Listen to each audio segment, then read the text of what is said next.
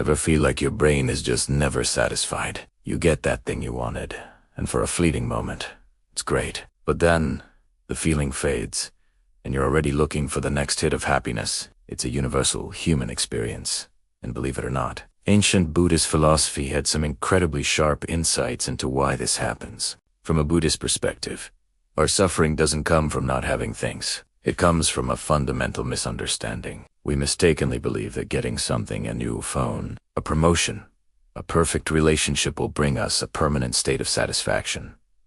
But permanence is an illusion. Now, this isn't about becoming a passionless robot. Buddhism makes a really smart distinction. There's chanda, which is a positive desire or intention to act. Think of it as the wholesome motivation to learn a new skill or help someone. Then there's tanha, which is more like an insatiable, clinging thirst. It's the craving that's never quenched. The Buddha wasn't teaching us to stop wanting things altogether. He was teaching us how to perform a kind of mental surgery on our attachments. The problem isn't wanting to eat when you're hungry. The problem is the deep down, agonizing desire for the pleasure of that meal to last forever, which of course it can't.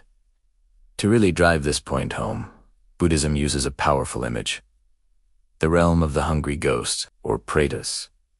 Imagine beings with massive, empty stomachs, representing our enormous, endless desires. But they have mouths as small as a needle's eye and necks too thin to swallow. It's a perfect metaphor for our modern condition, isn't it? We have an infinite capacity to want, but our biological ability to experience continuous pleasure is actually very limited. Amazingly, this ancient wisdom lines up perfectly with modern neuroscience. We often think of dopamine as the pleasure molecule, but that's not quite right. Dopamina is the seeking molecule.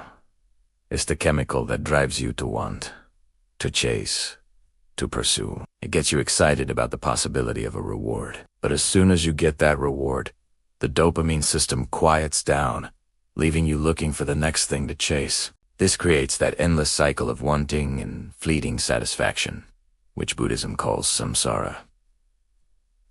So what's the way out? It's not about forcefully suppressing your desires. That usually just makes them stronger. The solution is much gentler: observation.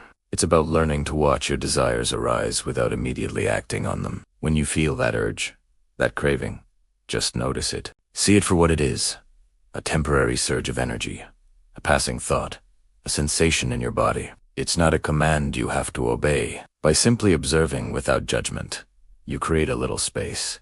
In that space, you regain your power. You realize you don't have to be a slave to every passing whim. True freedom, from this perspective, isn't about having everything you could ever want. It's about not desperately needing the things you don't have.